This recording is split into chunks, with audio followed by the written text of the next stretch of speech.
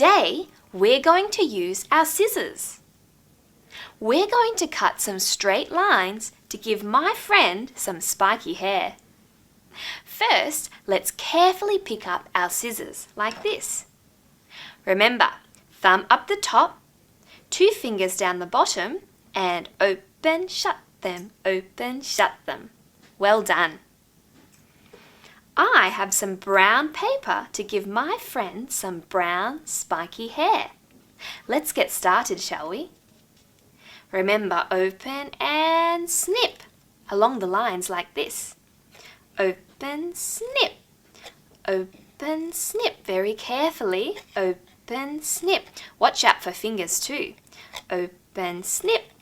Open, snip. One more. Open and snip. Wow! Well done, everyone. Have a look at this very cool spiky hair. Now, we're going to use some glue to stick the hair on my friend. Ready? Open the lid and just a little bit here and a little bit over here. All right, I think it's ready. How about right around here? Lovely. Oh, wow. What a cool haircut. Doesn't he look great? You can try cutting at home too.